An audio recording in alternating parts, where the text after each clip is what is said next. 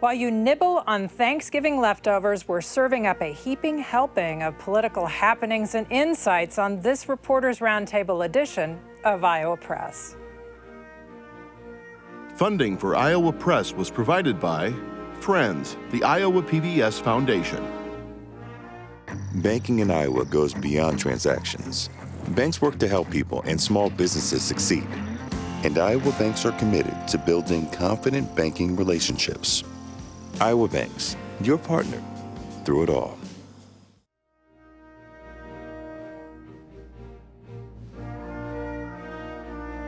For decades, Iowa Press has brought you political leaders and newsmakers from across Iowa and beyond, celebrating more than 50 years on statewide Iowa PBS. This is the Friday, November 28th edition of Iowa Press. Here is Kay Henderson. Very soon, the calendar will flip to 2026. And if you have been paying attention, there has been a lot of political happening in Iowa in 2025. We've assembled a group of reporters to share what they have gleaned on the campaign trail this year. They are Brianne Fahnenstiel. She is chief politics reporter for the Des Moines Register. Dave Price is Iowa political director for Gray Media. Also joining us, Amanda Rooker. She is the chief political reporter for KCCI TV in Des Moines.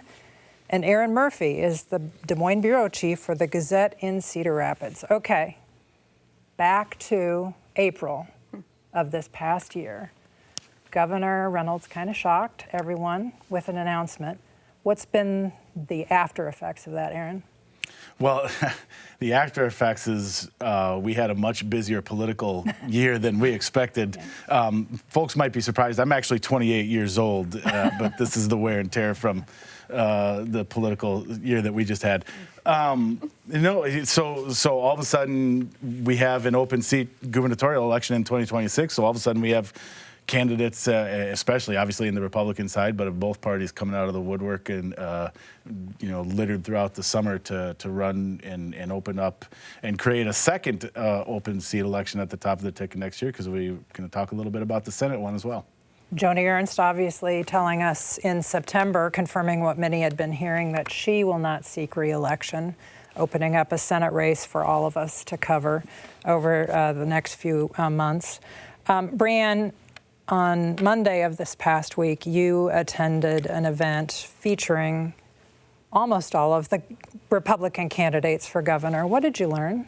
So I drove out to Holstein, which is in Ida County, kind of in northwest Iowa in the 4th District. So this is Randy Feenstra's home. He represents this area in his current role as U.S. Congressman. He's now running for governor against 4 other Republicans, and he was the only one not there. He's entering this race as kind of the perceived frontrunner. We don't have a lot of polling to back that up, but as a sitting congressman, he's got a lot of access to big money to put into this race. He's a well-known entity.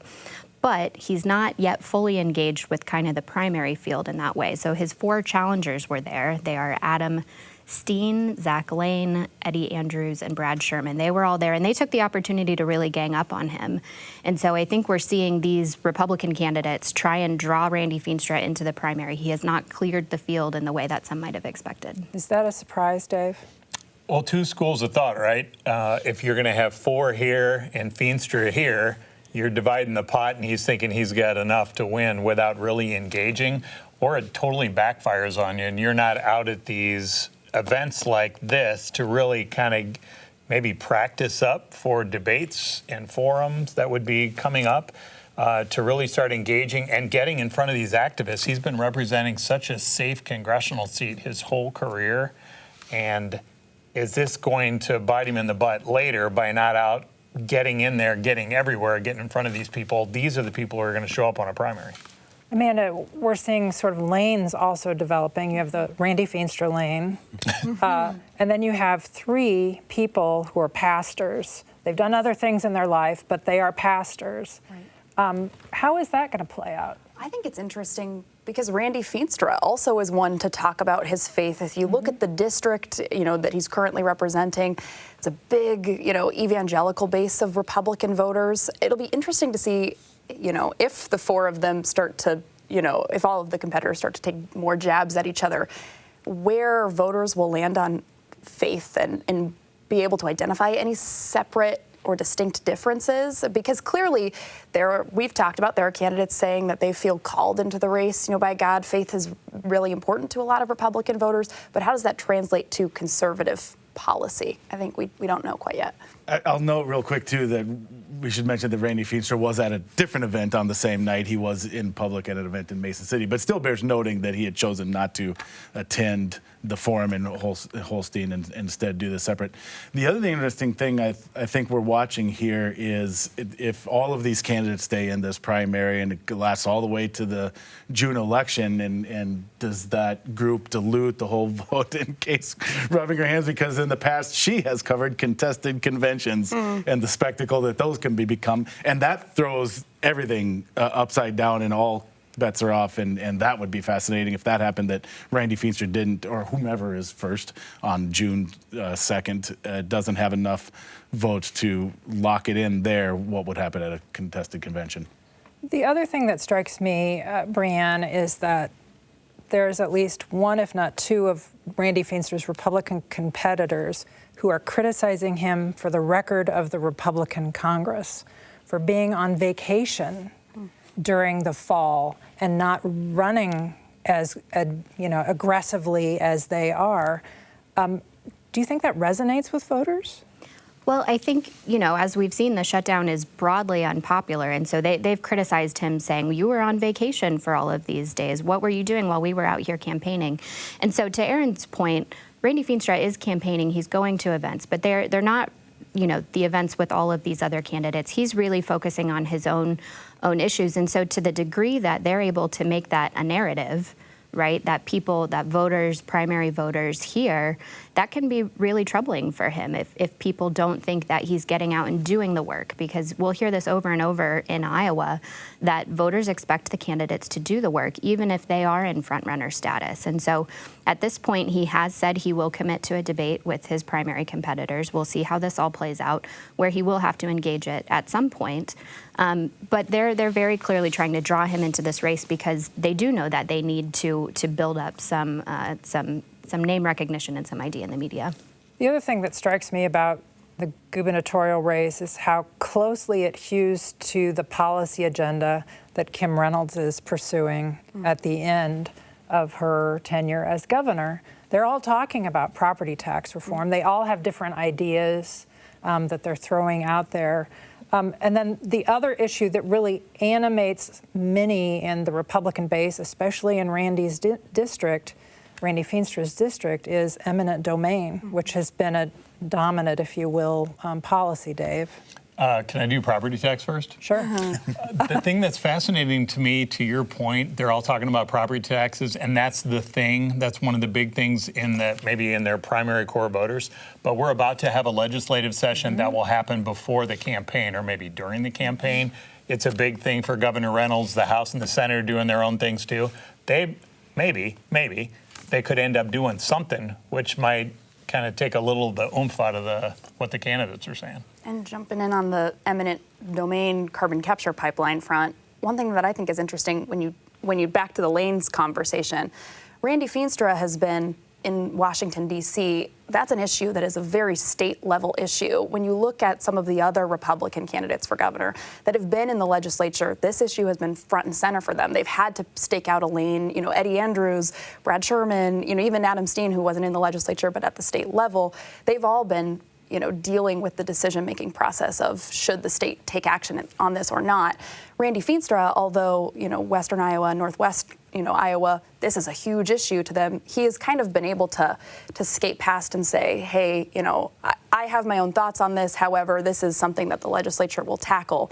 Now he's got to, face some questions on this. And Randy Feenstra, I think, would argue that he has been very clear on where he stands. He recently said eminent domain should not be used for the construction of carbon capture pipelines, but that still left an opening for his competitors. At this forum on Monday, people were still calling him out, and Zach Lane was saying, that's not strong enough. We need somebody who will say this absolutely cannot happen, and we'll take over the Iowa Utilities Board if we have to. So again, this is a place where perhaps Randy Feenstra, avoiding some of these meetings allows himself to be opened up to these attacks. He was not there to defend himself on that attack in a room where this really matters to those voters.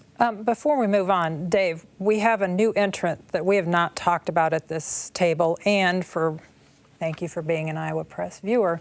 You've seen 4 of the candidates at this table who are seeking the Republican nomination. You haven't seen Randy Feenstra, and you haven't seen Zach Lane, who is the new entrant. How does he change the dynamic of this race? Would you say what lane is he? That was for Aaron. Exactly. The dead Joe King over there. I went to his launch in Belle Plaine, and he had probably 225, 250 people, something like that, kind of in their farm, right in front of their farmhouse there on a super windy day. But I'm wondering how he gets in on this, and to an earlier point, does he become one of 4 this sort of "we're not Randy Feenstra" candidate, which likely would not be very effective when you're trying to divide the pie here. But he brings a business background, a little bit of farm background, started his school in Kansas earlier in life with his now wife, and he perhaps has the personal family money to help get over a hurdle to get out there and campaign in a different way than maybe perhaps those other 3 can. I mean, money matters, and he could use it to his advantage if he's willing to go out there and do it. And he's kind of been taking a more populist tone with some of these issues. He's been going out and saying one of the major issues facing Iowans is hedge funds buying up things like single-family homes, Iowa farmland. And he's been really aggressive in saying the state has to do something to address those issues, and in a way that he's carving out some different issues than we're hearing. Everybody's talking about property taxes, right? He's finding a way to talk about something else. And if I might inject, I covered Rob Sand It's the your day show. after. Please add. The day after the election, Rob Sand had an event at a farm, and you were there, and he proposed a property tax idea that Zach Lane sort of proposed on Thursday, the next day on Thursday. And now you have Republicans saying, oh, this is so stupid of Rob Sand. What if Zach Lane is their nominee? Right, and they're both talking about potentially taxing out-of-state landowners in a different way than in-state landowners as a way to incentivize state-based land ownership in Iowa. And this is something that I think resonates with a lot of Iowans, who maybe aren't familiar with the, the constitutional ins and outs of how that would work. So when you hear them bring these things up at events, it's received very well by people in the room. And so whether or not it's something they actually move forward with in a formal kind of proposal capacity, it's something that they're talking about in a way that taps into kind of that populist mentality of voters. During the past several months, Rob Sand has completed the full Grassley, the 99-county tour. Amanda, you were out with him for a whole day. I don't know how many stops you were. I think it was 5 maybe that day, which is how it goes in Iowa. But man, that's a long day. So what did you learn about that campaign? Very interesting. The way that Rob Sand is approaching this campaign, I think, is very intentionally trying to be different than any sort of candidate that Iowans have seen in recent years. He starts every town hall with asking everyone there to sing America the Beautiful, after asking people to raise their hands and identify if they're Democrats, Republicans, or independents. And he strikes this tone. To me, what I noticed right off the bat, usually you go to one of these events and the candidate introduces themselves and they tell you where they were born and they walk through their bio. Rob Sand doesn't start with that. He gets up and he immediately is tapping into this divisiveness that everyone seems to be feeling right now and trying to really connect with the people in the room. Who are you first rather than who am I? Exactly. And he really leans into telling people, I'm sure you've never seen this before. I know this feels so different. I mean, he's really actively trying to make a contrast between, what you've seen and, who I am.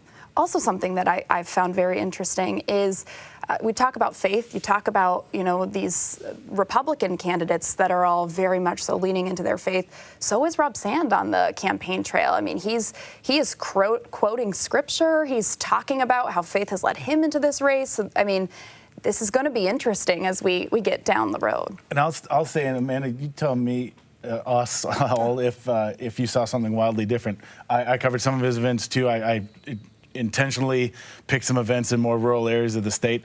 This is resonating with people who come to these events. They are responding to his message. They like what they're hearing.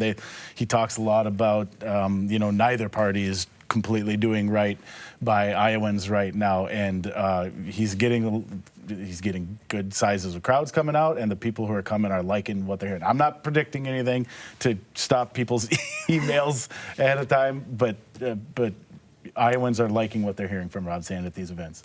I think it's really interesting to see him because at this point he's finished his 99 county tour, right? And he's planning to do another one. He's doing what Democrats in this state say that they have to do to win, right? They say go everywhere, talk to everyone. And as reporters, I think it's fair to say we don't always see that in action, right? People are holding different types of events. They're not wide open. They're not everywhere. And he really is putting his money where his mouth is there. And he's told me in interviews that that's kind of a gamble in some ways, right? Because you're going to these rural towns and people are asking you questions that you may not want to answer, and they might not like the answer, but it is interesting to see him really commit to that, and we'll see where it goes next year. We have about 10 minutes left. Shifting now to the U.S. Senate race, we have Joni Ernst not running. Dave, what's happening on the Democratic primary front? I'd say it's active. Right, when I was listening to you talk about Rob Sand, it reminds me in different ways about Nathan Sage, the former Knoxville Chamber of Commerce Executive Director. Thank you. Kind of being a non-traditional way going after this. So he talks about his military service. He may drop an F-bomb or some other. Similar Barnyard word. Barnyard word. Thank you for that. This is public television. Exactly. Thank you. Sort of very non-traditional, right? And when we're talking about lanes, he sort of brings that outsider's perspective to this, and he has the benefit of coming from a news and sports background. He knows how to give you some passion. He knows how to give you a soundbite, and I think he knows how to communicate with people too, right? And then contrast him to Zach Walz coming from the legislature and, may have some support out in D.C. as he lays his out. Josh Turek, the Council Bluffs state rep. So, you have different dynamics about this one. The sort of lane argument is fascinating to me about how they would divide up the pie. And Brianne, you have a candidate in Josh Turek who's in a little bit of a way making the same argument that Rob Sand is, that we need to win over Republicans and independents, and look at what I did in Council Bluffs, the district I represent in the Iowa House. That's right. And I think we're going to see this argument kind of play out across the state because Democrats know that they are starting from, behind the eight ball here. They are nearly 200,000 active registered voters behind where Republicans are starting this election. So they know that they need to convince some Republicans, some independents. And so we're seeing that in the Senate race as well. And I think, Josh Turek is making this argument that I am somebody who's won in a purplish district. I can go out and I can appeal to people. He's a Paralympian. He's got a great personal backstory that I think resonates with a lot of people. But I think Zach Walz is also making a similar argument, right? He's going after kind of the working class in the same way that Nathan Sage is, that we need to talk about wages, we need to talk about affordability, we need to talk about health care. And so those issues really seem to have dominated the Senate primary so far. And Amanda, they're also making a generational argument. Absolutely. I also think it goes to show kind of the fracture or differences within the Democratic Party right now. There are some that are saying, hey, we need to reach across the aisle. We need to turn down the temperature. We need to come together. And then you also have people that are watching, their party in Washington and feeling like they're not being fought for. And so I kind of see that difference in this primary, between Zach Wall saying, we need to get rid of the Democratic Party leadership. It may help these Iowa Democrats that there are no current Iowa Democrats in Washington, because they can say to their base or voters who may be frustrated and say, we can bring something fresh and new up there. But you also have others that maybe more like Josh Turek that are saying, hey, in order to get stuff done on Capitol Hill, I can reach across the aisle and I can, be the bridge. So which tone do voters prefer? So Nancy Pelosi is not seeking re-election.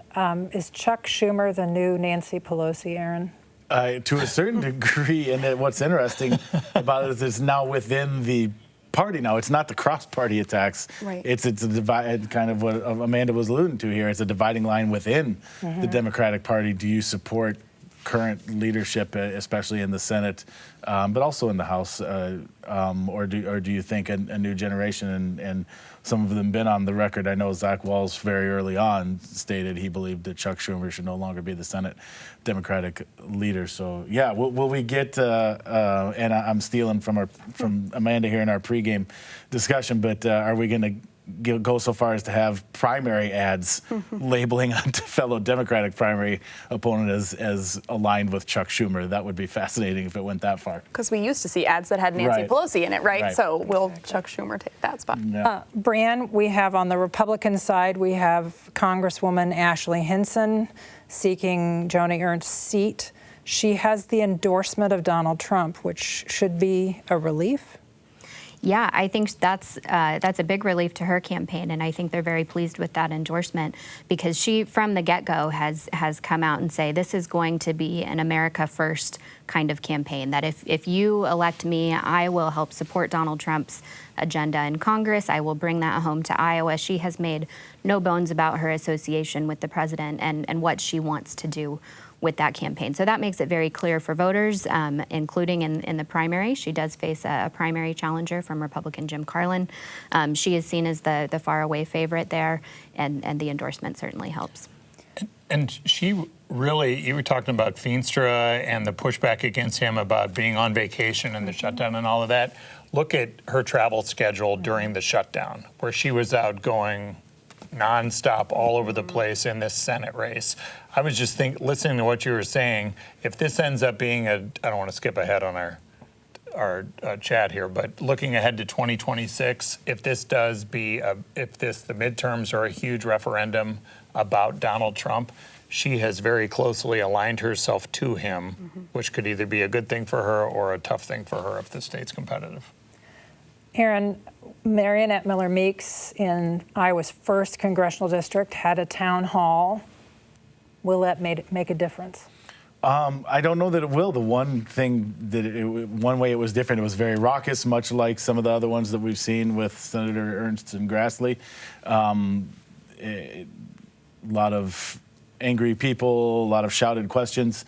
The one thing that was different was Marionette Miller Meeks didn't come out of that with a viral moment in the wrong way like Senator Ernst did with her now infamous "Well, we're all gonna die" quote. Marionette Miller Meeks seems to have sidestepped that particular town hall landmine. In the 3rd congressional district, you have a different approach from a Republican candidate. Right. I think all of these Republican candidates are trying to figure out the calculus on, does a town hall help or does it hurt? I open myself up to more questions, but then I'm also more accessible, and I think they're figuring that out. Zach Nunn, in my conversations with him, has told me that he's not holding town halls because he doesn't feel like he wants to make space for people who just want to come and yell and not actually have a dialogue or a discussion on working towards policy, if I'm characterizing his comments to me correctly. But he said, hey, I'll talk to people if they want to come to my office or if they want to set something up. I'm happy to have a conversation. What's striking about that calculus he's making is that Zach Nunn, if you look at Iowa's 4 Republican members of Congress, Zach Nunn seems to be the most moderate and the most, usual. We talk about maybe his stance on the Affordable Care Act tax credits. He's been, forthcoming and talking about the potential of extending them. He seems maybe the most willing to break with the president or have kind of a more moderate stance on things.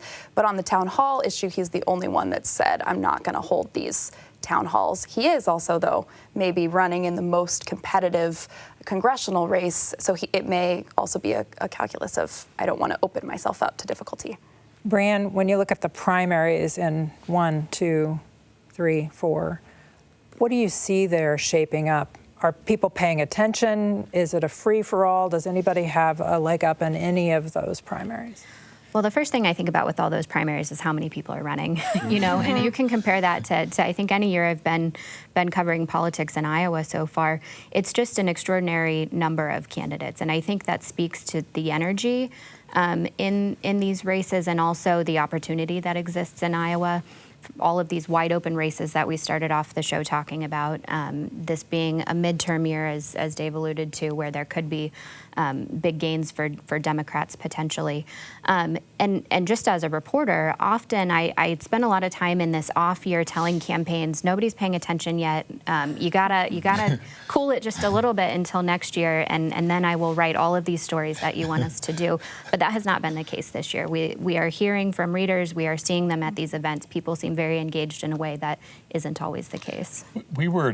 It's fascinating, obviously, for all of us at the table to cover all of this, right? But, if you start... You said exhausting, right? Those could be one the same. But, you start with the Reynolds decision and the Ernst decision. We waited for Brenna Bird. Everything just, Zach Dunn, which way you going to go? Then Feenstra doesn't do re-election, goes for governor. Hinson doesn't do re-election, although she clearly seemed to know what was going on with Ernst.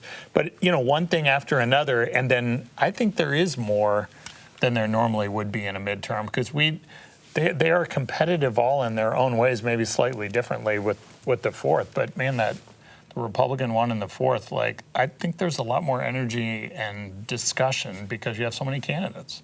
No. Well, we have no more time for this discussion. A Celsius drink for everyone at the table. We hope you have enjoyed your Thanksgiving break. We will not have a break. We'll be back next week with another edition of Iowa Press. For everyone here at Iowa PBS, thanks for watching today.